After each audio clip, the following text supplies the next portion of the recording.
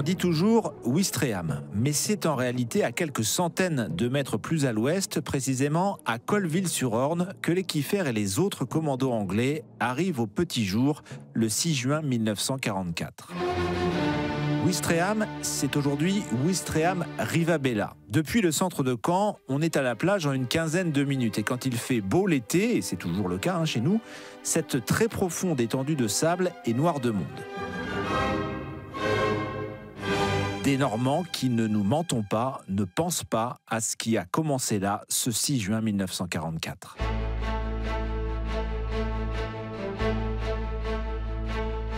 À 7h20, il ne pleut plus. Dans l'Armada, on a même l'impression que les dieux de la météo ont choisi leur camp, celui des Alliés.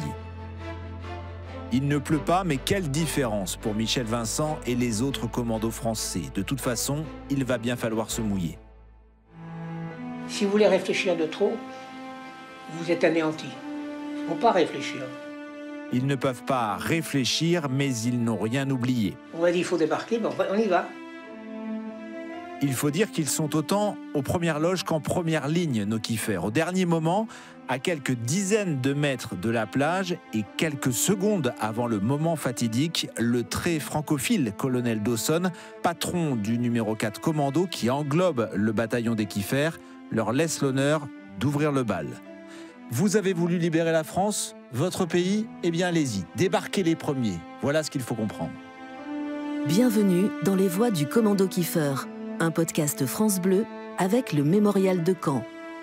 Je m'appelle Julien Corbière, épisode 5, Messieurs les Français, débarquez les premiers.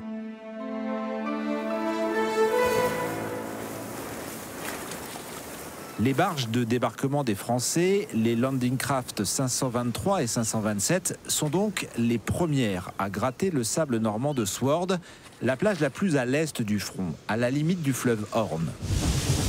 Et là commence une scène que les Kieffer enregistrent dans les moindres détails.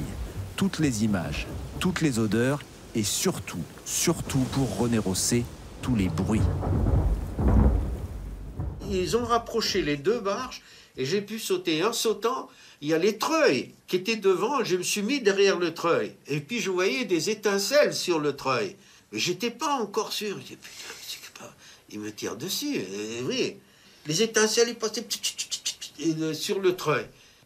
Et le treuil s'est servi à remonter, à descendre les échelles. Et après, il y a eu un moment où il fallait descendre, parce que la barge commençait à reculer. Parce que quand il n'y avait plus personne, ils avaient hors il y en a une qui a été coulée, hein, elle est pas... mais ils avaient hors de se retirer, quoi. Hein. Et bien, je suis descendu, j'ai commencé à avoir de l'eau jusqu'ici. Je dis, putain...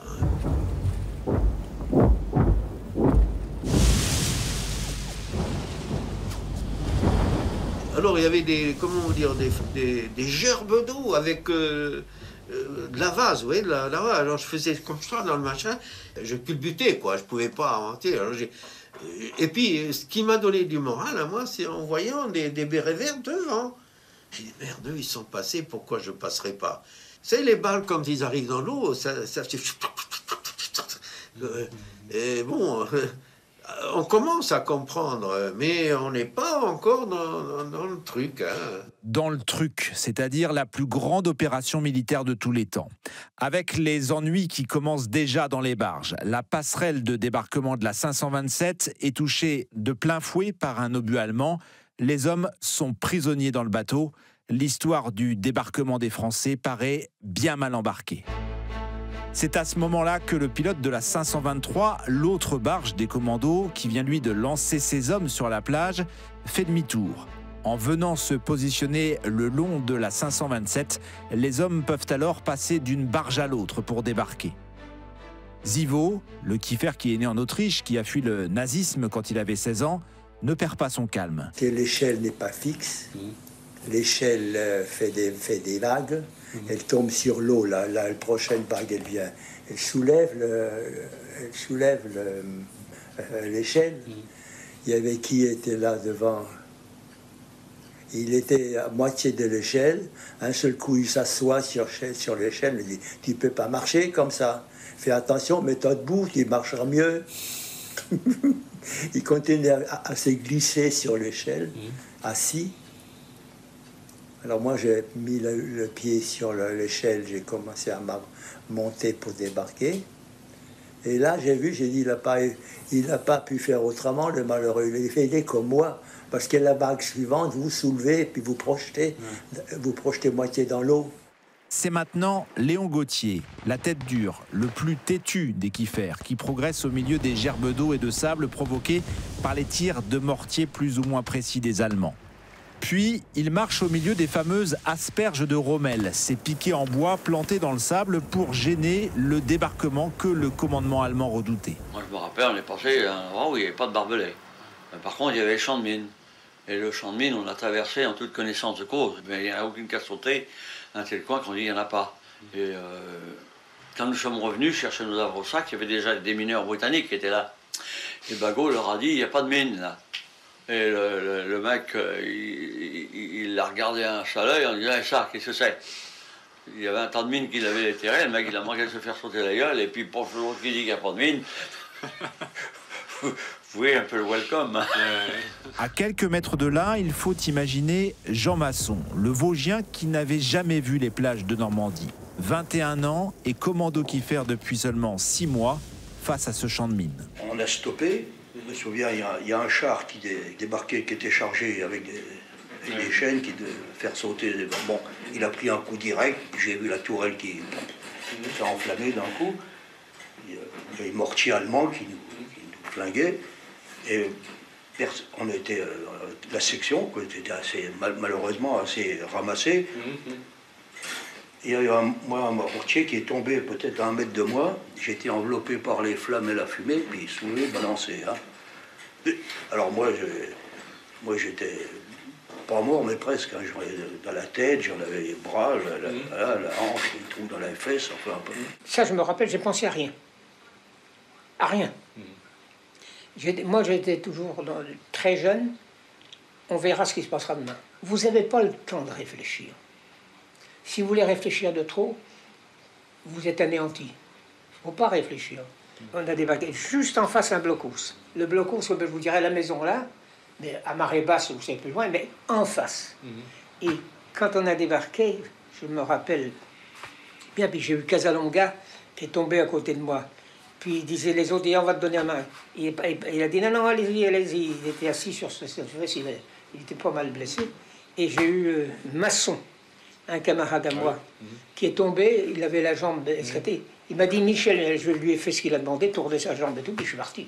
Et c'est là que j'ai été projeté, je sais pas combien de mètres, avec des gros obus au vent, j'ai été projeté, je sais pas, au moins une vingtaine de mètres. C'était ma première blessure. Là. Mais enfin, je suis reparti, je ne suis pas arrêté. Ah oui? Ah non, non. D'abord, j'avais ressenti quelque chose, mais je ne savais pas ce que j'avais. Hein. Moi, j'avais que quelques éclats, mais j'avais surtout souffert sur mon pantalon, je ne sais pas, d'une jambe. J'avais quelques éclats que j'en ai retiré de ma jambe, une dizaine, c'est pas, 20 ans après, 15 ans après. Ah oui. Et ça faisait pas mal, un petit truc bleu, je regardais, bon, un petit bout de ferraille qui sort par là. J'en ai qui sont sortis par les jambes, je ne savais même pas que je l'avais vu dans cette jambe. On ne se pose pas de questions, tout ça va tellement vite qu'on ne se pose pas de questions. Puis on obéit aux ordres. Dans les briefings des soldats faits les 4 et 5 juin, quand ils étaient encore en Angleterre, s'il y a une consigne qui a été dite et répétée et que les kiffers ne peuvent pas avoir oublié, c'est bien celle-là. Une fois sortis de l'eau, pas question de s'arrêter, vous foncez et pas question de secourir les blessés. J'ai un copain, moi, que lui, il avait été touché comment dire, directement quand il est descendu de la barge. Masson, il s'appelait. Il est resté 3 jours sur la plage. Il a eu tout le bras enlevé, quoi, ouvert, et il a eu toute la... Il paraît que les Anglais le regardaient, ils croyaient qu'il était mort. Et lui, il voyait il était à moitié dans le coma ou pas, il voyait les tanks descendre des... Et ils l'ont pas secouru pendant 3 jours. Alors cette plage de Sword, ce n'est pas celle d'Omaha, la sanglante, autre grand lieu du débarquement, avec ses soldats américains coincés, presque offerts aux mitrailleuses allemandes entre la mer et le trait de côte. Mais après moins de 5 minutes de combat, le commandant Kiffer, du haut de la plage, peut déjà mesurer les pertes, et elles sont lourdes. 3 morts, Jean Rousseau, Raymond Flèche et Raymond Dumenoir, 23, 24 et 33 ans, et une trentaine de blessés. Au milieu de cette marée humaine que les Allemands veulent refouler, il y a quelques soldats originaux. Je pense à Bill Millin, le piper écossais qu'on a déjà croisé en Écosse et à Portsmouth. Sa seule arme à lui, c'est une cornemuse. Et son seul rôle, c'est de suivre partout le patron de tous les commandos, Lord Lovat. Je pense aussi aux aumôniers. Il avait une grande croix. René de Noroy est le curé du commando Kiefer, un Toulousain, le padré. C'est aussi le doyen du groupe. Il est né en 1906. Et comme il est allé à Berlin pendant ses études de théologie, il a vu la montée du nazisme. Sur le champ de bataille, il garde son chapelet à la main, et quand la mort rôde, l'aumônier est là pour les croyants et pour les non-croyants. Les blessés sur la plage, donc, seraient soignés par des brancardiers et par des aumôniers du génie. Enfin, et nous, si l'aumônier, par exemple, du 4e commando, moi, je n'avais pas le droit de rester en retard, de laisser filer ma troupe devant, incapable de la rattraper après. C'est pas possible. Il fallait aller avec eux. Alors j'ai naturellement distribué des absolutions, donné même le sacrement, mais très vite. Ce 6 juin 1944, il vaut mieux ne pas regarder en arrière. Il faut continuer à avancer coûte que coûte. On a été formés pour ça, faire vite, ainsi de suite. Bon, Léon Gauthier. 7000 dans l'heure, les 7000, vous vous rendez compte que 7000 dans l'heure, ça représente 1 km 200. Quand on vous entraîne à faire ça, bon, vous êtes habitué à aller vite après vous. C'est malgré vous, hein, c'est dans le sens ça, après. Hein. Moi, je n'ai jamais ralenti toute ma vie, moi, je marche toujours vite. Le débarquement à proprement parler des Kiefers et des Anglais sur Sword, cette première vague, elle dure moins de 10 minutes. Et en fait, en y réfléchissant, je viens presque de vous la raconter en temps réel. Ça fait bizarre hein, quand on se dit que ça a changé l'histoire de la Deuxième Guerre mondiale. Au bout de cette course, les commandos se rassemblent dans une colonie de vacances. Disons plutôt un bâtiment à l'abandon en direction du bourg de Colville-sur-Orne. Francis Guézenec, il est breton comme moi je suis normand. Ouistreham, avant d'y débarquer le 6 juin, il n'y a jamais mis les pieds. Mais quand il raconte cette journée du 6 juin, face à une carte, il connaît la ville bien mieux que moi. Ici, vous avez, c'est marqué là, nous autres, on devait faire, partant de la colonie, on devait faire ce trajet-là. Les noms des rues, les distances d'un carrefour à un autre, la hauteur des bâtiments. Francis Guézenec est comme René Rosset et comme tous les autres Kiefers d'une absolue précision. En fait, ils suivent les plans à la lettre. Notre objectif, c'était le casino. Il fallait libérer le Ouistreham à tout prix. Alors oui, avant le débarquement, ils les ont étudiés pendant des jours, les Kiefers, ces plans. Mais depuis le petit matin, ils enregistrent tout. Tout comme vous avez enregistré un accident de la route si ça vous est arrivé. Tout dans le moindre détail. Et il ne fait que commencer ce 6 juin. Vous venez d'écouter Les Voix du Commando Kiefer, un podcast coproduit par France Bleu Normandie avec le studio de création France Bleu.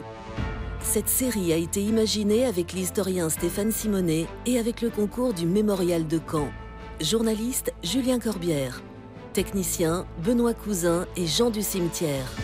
Production Véronique Sapé et Fanny Rascle. Vous pouvez écouter dès à présent l'épisode 6 pour découvrir la suite de l'histoire des commandos Kiefer, Objectif Casino. Ou cliquez sur le zoom que je vous propose pour en savoir plus sur les grands enjeux du débarquement. À bientôt.